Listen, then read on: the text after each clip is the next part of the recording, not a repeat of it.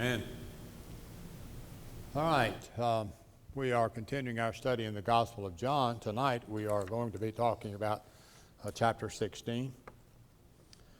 And again, just to remind you that we are in the last hours of Jesus' life. He knows it, but the apostles don't know it.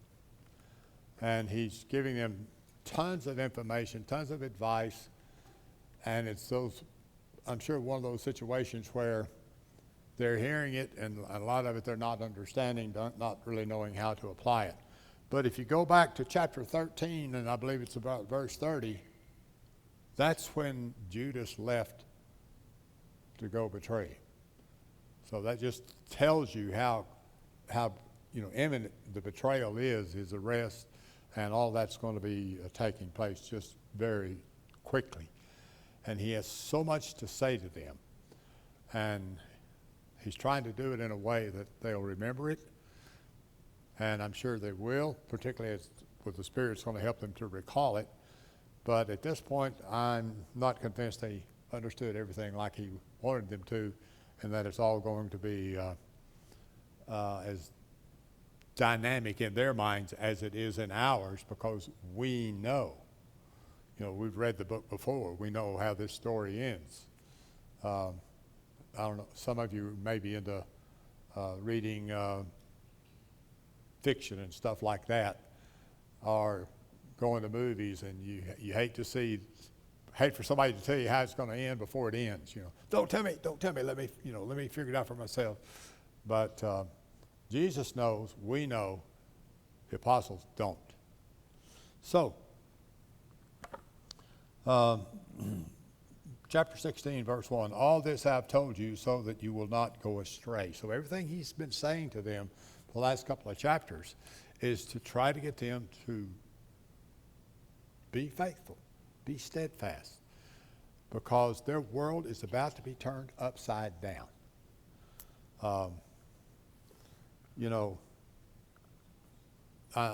Things like this have happened to you and other people, where all of a sudden everything you thought was going to be one way has suddenly been, turned around.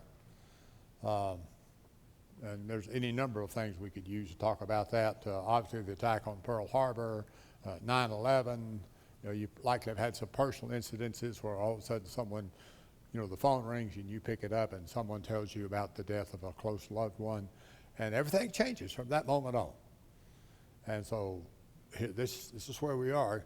It's about to happen, and Jesus is trying to get them mentally and spiritually prepared to be faithful, to not go astray. All right, what did Jesus tell them to prevent their falling away? Well, this kind of goes back a little bit into chapter 15, but what did he tell them? He tells them about the coming persecution and the world's hatred towards them. These hardships are meant to strengthen their faith, and that they will have the Holy Spirit to guide them. Okay, good. Anybody else? Well, he told them repeatedly that he was going to die, and the third day he would be raised. Yeah. He told them repeatedly, do not despair. You're going to get taken down, but you will get the proven officers right in the end. Yeah. His whole life he kept telling them. He's been aiming for this, but they don't accept it, do they? At least not at this point. They can't conceive of it. Yeah. They just can't believe that God would send Jesus, even a prophet, to such a certain doom. Yeah. Yeah. All right, Davis. Well, he's telling them that, remember, whenever the pressure on you to leave happens, that the pressure hit me first. Mm-hmm. And I went through with it for you. Now then, you stay loyal to me, though I won't be here. And, you know, the idea of understanding that our leader has gone through worse and we want to give up, why? You know, he's been through more than we have, and he didn't give up, so neither should we. And, yeah, it's, again, as I've said previously, a lot of what we hear, even from our own pulpit sometimes about being a Christian, is that everything's going to be wonderful. No, it's not. You know, if you're sick, you're still going to be sick. If calamities happen to everybody. So being a Christian doesn't mean you're going to be healthy, wealthy, and wise. One thing that he tries to emphasize too is that whenever you go through a hard time, you have strengthened yourself if you make it through it, Yeah. regardless of what it is. You know, if you're gonna work out to get stronger, it's hard to get through the workout, but then you get stronger because of it. The same thing is true of trying your faith. You try your faith, you get stronger. But when we are struggling under temptation or pressure or persecution, we're not thinking about being stronger tomorrow, are we? We want relief now. But yeah, if we can be faithful, don't go astray, we'll come out better for it on the other side. It's one thing to intellectually say that, it's another thing to accept it and absorb it and live it. All right, good. Question 2. State how killing Jesus' disciples could be considered a good thing to God. If you got some examples, let's talk about that. The thing I can think of is the Jews who don't believe in Jesus would think that might think that they were doing God a service by killing the disciples. Yeah. And who do we know specifically who did that? Paul. Martyrs are always honored. What? Martyrs are always honored. Martyrs are honored, and you were. All persecuted Christians and all good conscience. Yeah, he wasn't a criminal. He wasn't a murderer. He was killing heretics. He was saving God's doctrine, his people. Boy, was he wrong. Anyone else? Yeah, a lot of times, like right now, we know, at least if you've been keeping up with it, there's a Islamic group of some kind that is murdering a bunch of people who have an allegiance to Jesus Christ in the Democratic Republic of the Congo. And we see those people as evil because of what they're doing. They don't. They see what they're doing as the will of Allah. Paul didn't see what he was doing as evil. I mean, he wasn't a gangster in the sense of we think of Machine Gun Kelly or somebody like that who robbed banks and shot people, you know, or people like from the old Wild West who didn't care about other people's lives and killed a bunch of people. No. Paul thought he was being God's servant. I doubt seriously if the Jews that were persecuting Jesus Yeah, thought that they were doing wrong. absolutely. They were doing anything wrong. Right. And that's what we need to understand, that sometimes when we are persecuted, it's not going to be by evil people. It's going to be people who are also believers. And if you know anything about some of the persecutions that took place back in 16, 17, 1800s, where they burned people at the stake because they believed or taught some doctrine with which the government religion did not accept, then you were in trouble. So here were good, righteous people doing God's work, or trying to their best, and being persecuted by other believers.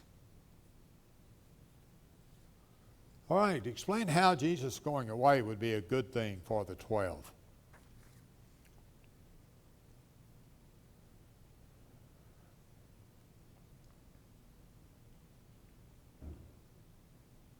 Well, the biggest thing for them, it would give them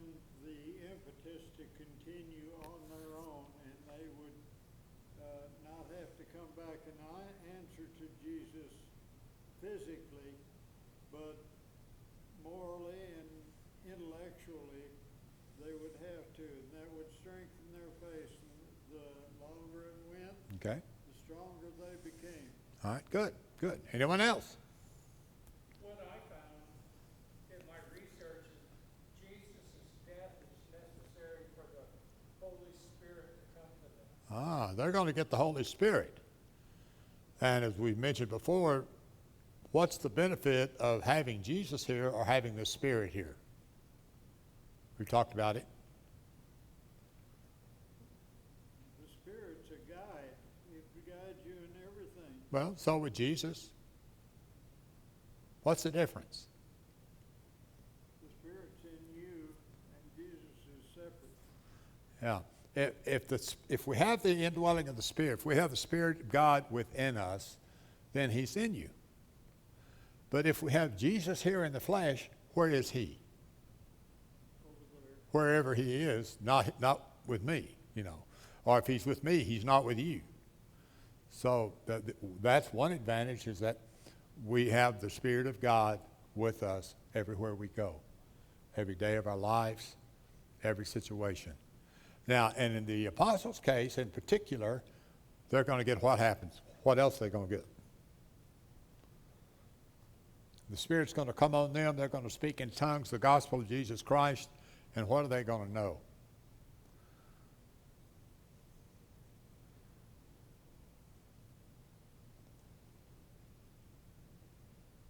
Understand all these things they were told. Yeah. Thank you. They're going to get a handle on it now. Wow. Why couldn't I see that before? Jesus only told us this for about 4 years. And now I got it. They're going to understand it. So they're going to have a full knowledge. They're going to have a revelation. They're going to be able to answer the questions. They're going to be able to recognize and understand the spiritual nature of the kingdom, which is probably as important as anything that they needed to understand. Because that allows them then to understand that the kingdom is not just for the Jews, it's for all. That salvation is not just for the Jews, it's for all. That Jesus died not just for the Jews or just for the saved, but He died for all, and He asked all to come to Him. Everyone who will, come to me. And when you do that, you come to God and you come to salvation. You have to accept it. You have to accept Jesus as the Son of God, which is the challenge. Which is the challenge. Anyone else?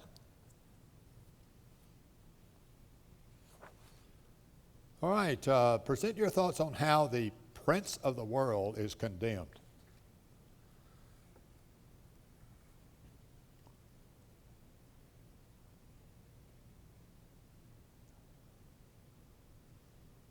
His destination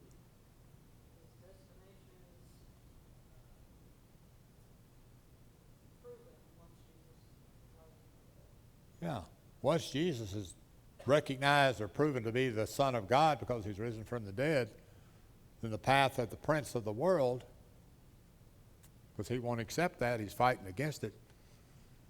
Bad news for him. By the way, who is the prince of the world? Satan. Satan, the devil, or what term you might want to call him. The antithesis of God. Anyone else? All right, let's talk about the role of the Spirit as Jesus describes it, starting about verse 12 and next several verses.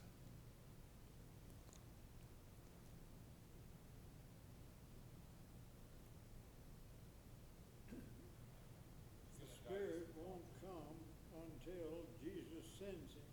Okay? And so Jesus has got to go through all of the pain and suffering of death and conquer death and go to the Heavenly Father to send the Spirit to them, so that now they are without Jesus, but they are with the Spirit, and the Yeah. Spirit can guide them and show them where they need to go and what they need to do. Okay. And Jenny? I just said that the Spirit guides them with all truth.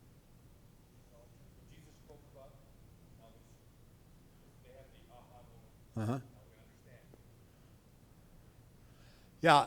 Anyone else? I'm not completely clear on why we couldn't have both of them at the same time, but Jesus had to be gone in order for the Spirit to come. And the Spirit opens all truth to the apostles, who then have shared that with the rest of us through their preaching and through the writing of the New Testament. Anyone else?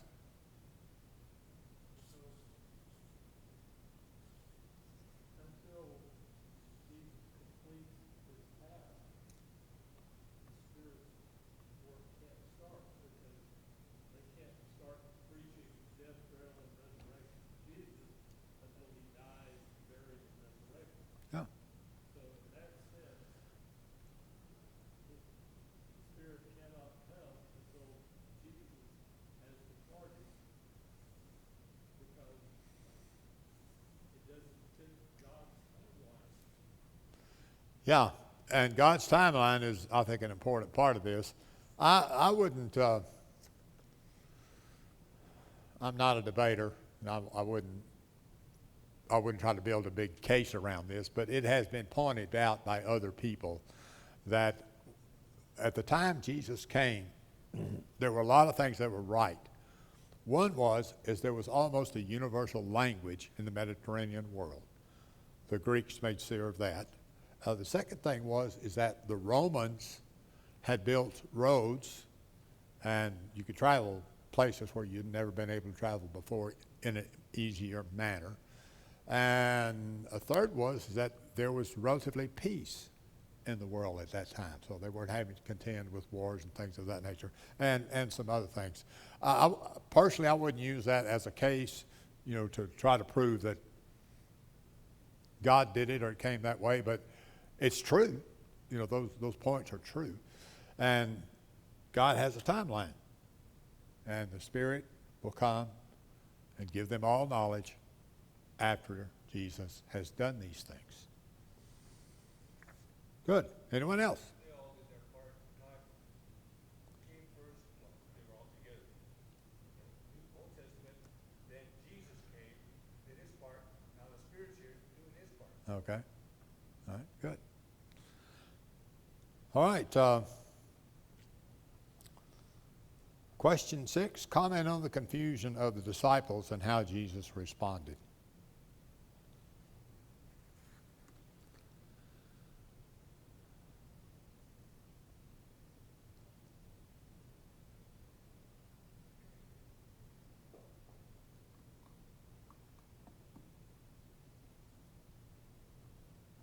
He was talking about him dying. I'm going to leave you. Okay, what does that mean? Yeah. Where are you going? Go to the grocery store? Yeah. Yeah. Are you going to take long? Yeah. How long before you come back? What's going on? Yeah. Anyone else?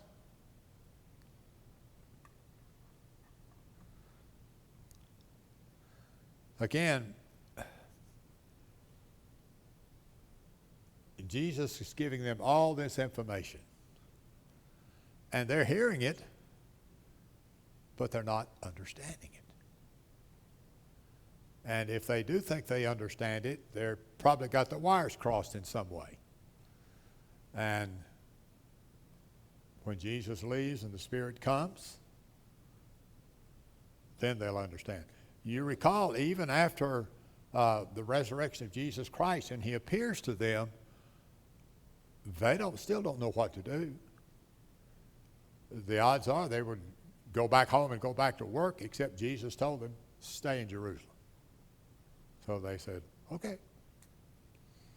That's a problem we still have today. Yeah. Anyone else?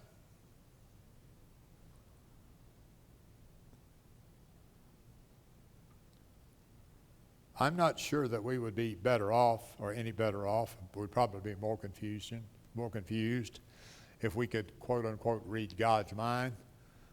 It'd probably blow our minds, and we wouldn't be able to, comprehend it any better than the apostles were at this point. But the issue is that Jesus is about to be killed. It's about to be snatched away from them. And he says, where I'm going, you can't come. Why?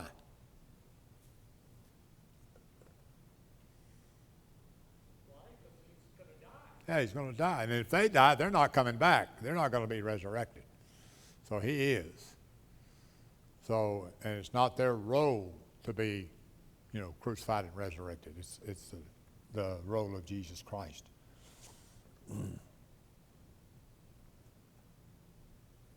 Let me look at 17 again.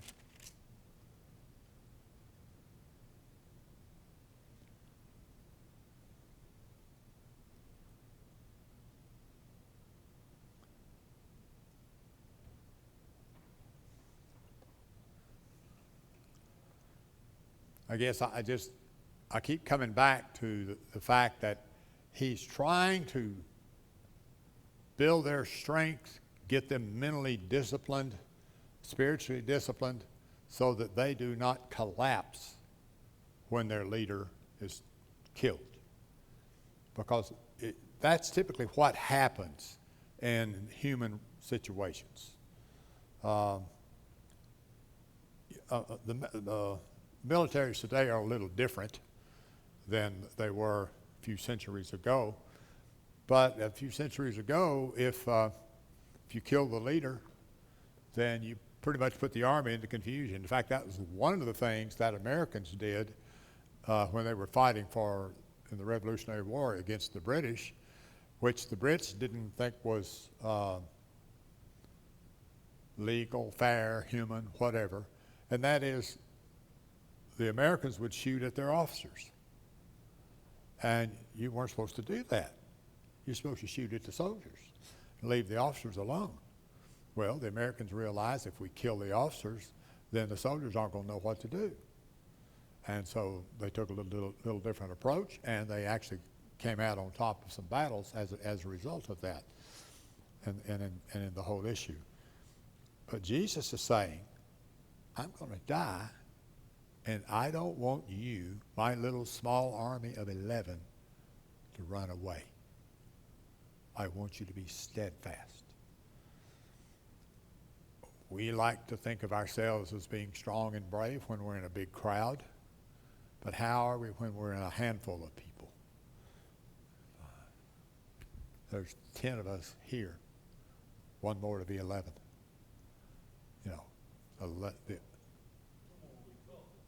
Well, I'm thinking about the 11 here, the apostles here, because Judas has already left. Judas has already left.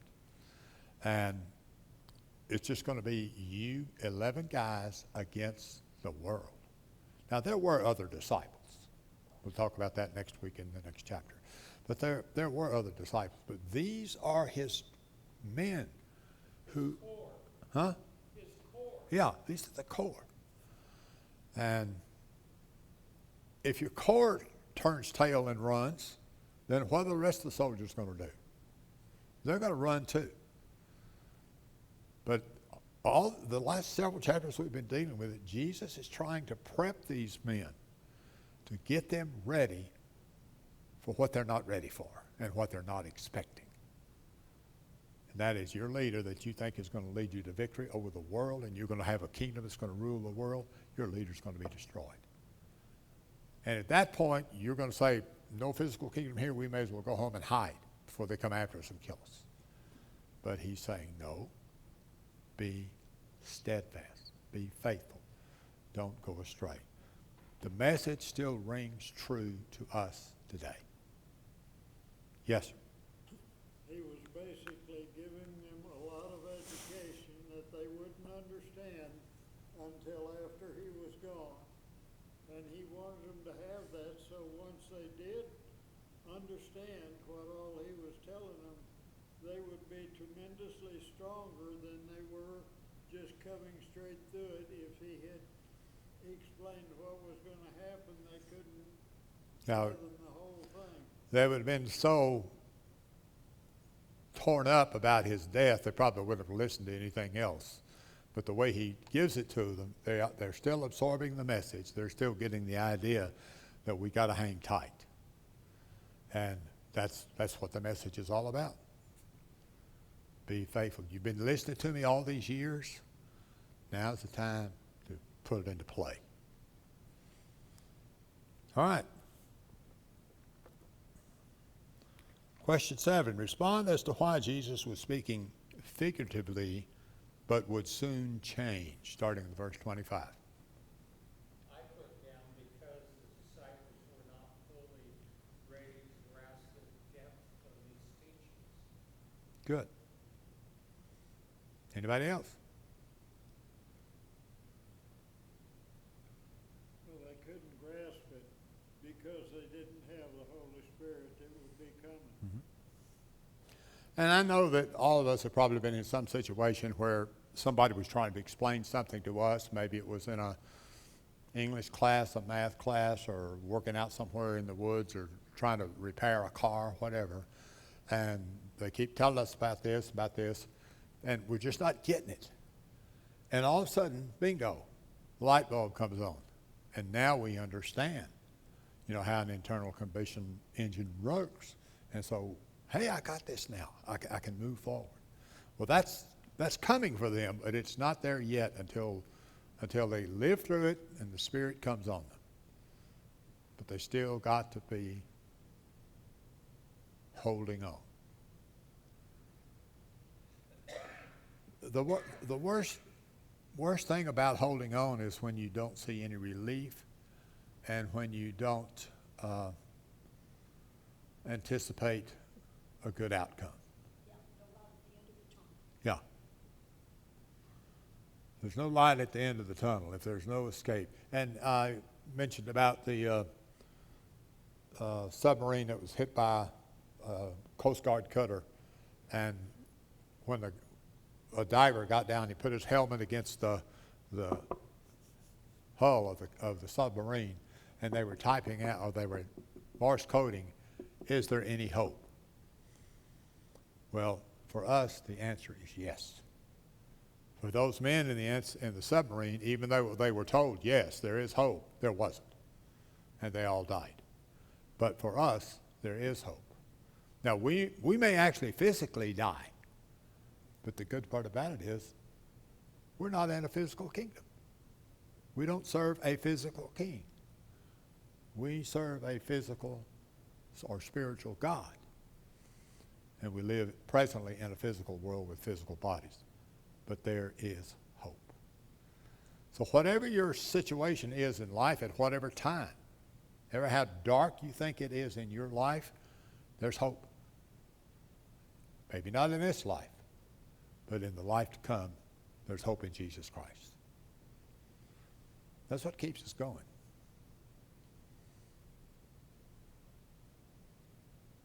Anyone else?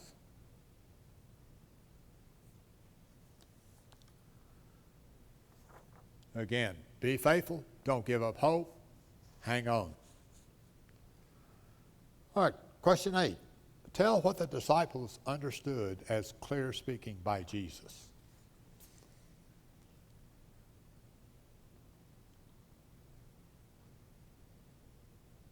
You tell them right there, I leave the world and go to the Father. They understood now. His Father is where he's going. Now you're not speaking just figuratively. You're telling us literally what you're going to do. Yeah. Maybe there's some reality that's beginning to sink in. Wow. Going to be with the Father, going to be with God. Anybody else? Well, he used parables so often with them throughout the whole time he was with them, and now he's not speaking to them in parables. Okay. No parables, plain truth. All of this last section, Jesus told them these things before they asked him what he was. It begins by saying that he knew what they wanted to know, and then he begins this, and it finally dawns on them that they have about that much knowledge, and he has all the knowledge. Yeah. And I don't think they truly understood it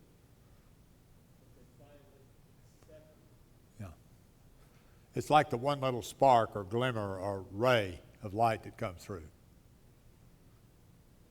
They're finally beginning to get there. Horrible analogy, but it's like somebody like Einstein getting up and giving a discourse on nuclear physics, and everybody sitting there with their mouth hanging open.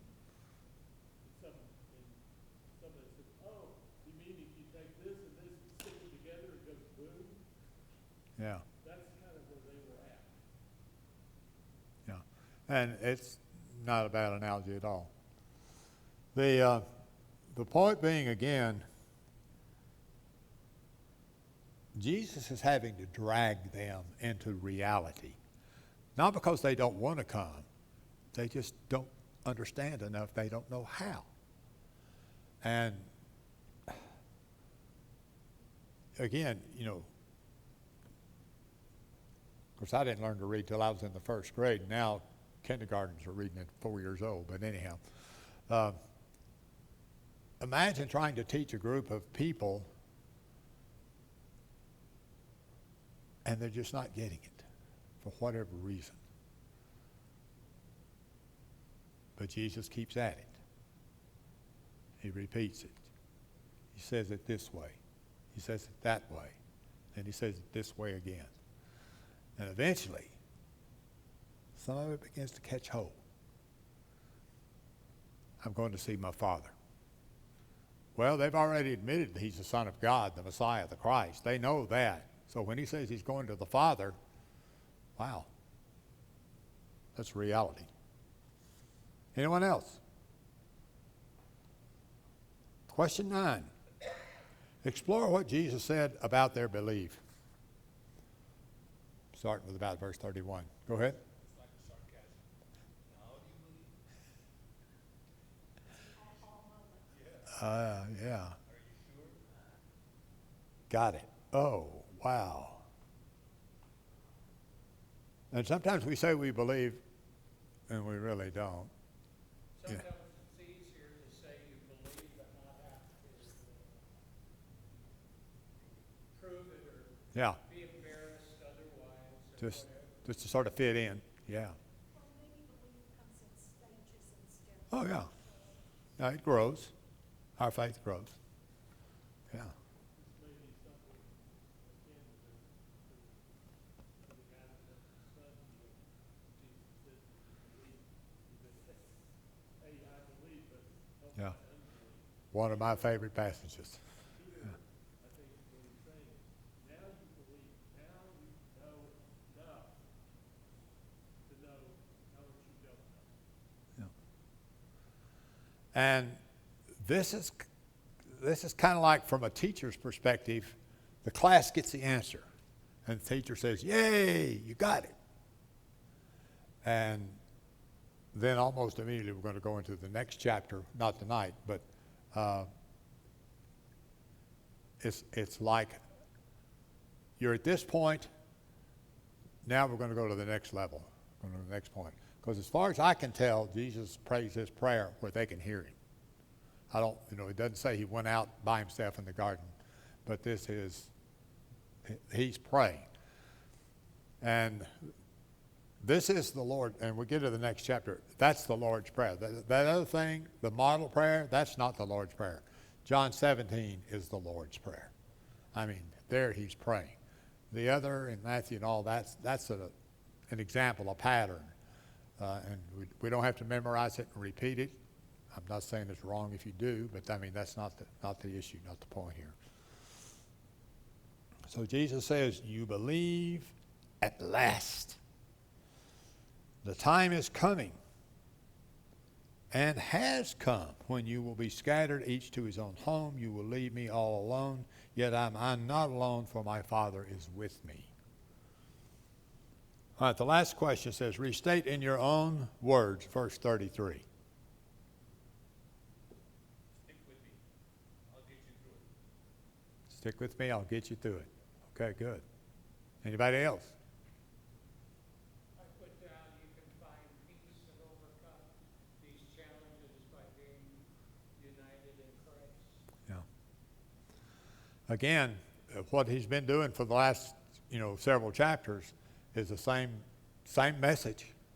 Believe, be steadfast, don't stray from the path, don't stray from me. Anyone else?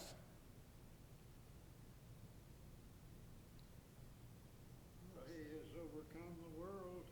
We can too. He's overcome the world. We can do the same in our own lives, okay? Not in the same sense of but yeah, I hear what you're saying. Trust. Trust Jesus, okay? Good. Anyone else?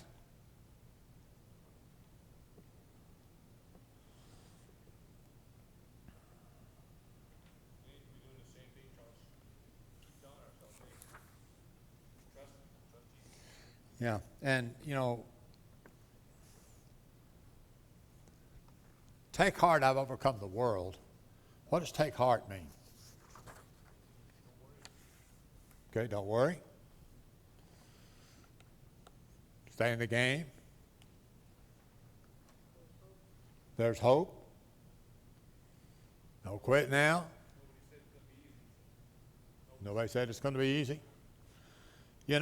I know that all of us have probably seen a game. It's got to be our favorite team in order for us to remember it. But, football, basketball, whatever the game is, we're behind, way behind. And there's not enough time to score that many points. But somehow we do. And our team wins. That's the point here. We look at our own lives, and man, I am so far behind. I am so sinful. I'm so faithless. I'm so wicked. And yet through Jesus Christ, I can win. Because I'm not depending on my own righteousness. I'm depending on Jesus Christ. And I just need to be faithful to him and stick with him. Anyone else have anything you want to share? Jesus is the quarterback of our team. Yeah. He's a comeback kid. We're losing. Let's look to Jesus. We're going to win. It's been a few years ago, but when Roger Staubach was the quarterback of the Cowboys, it didn't matter if you were 2 touchdowns behind. When that 2-minute warning came up, somehow or another, it seemed like he could score 2 touchdowns. I know that's an exaggeration. It didn't always happen too, but nevertheless, you had that hope. And we have a better hope than that, than somebody who plays football. Thank you for your participation. I hope you'll be sure and read chapter 17 for next week and be ready to talk about it. Second part of that. Be ready to talk about it. Yeah.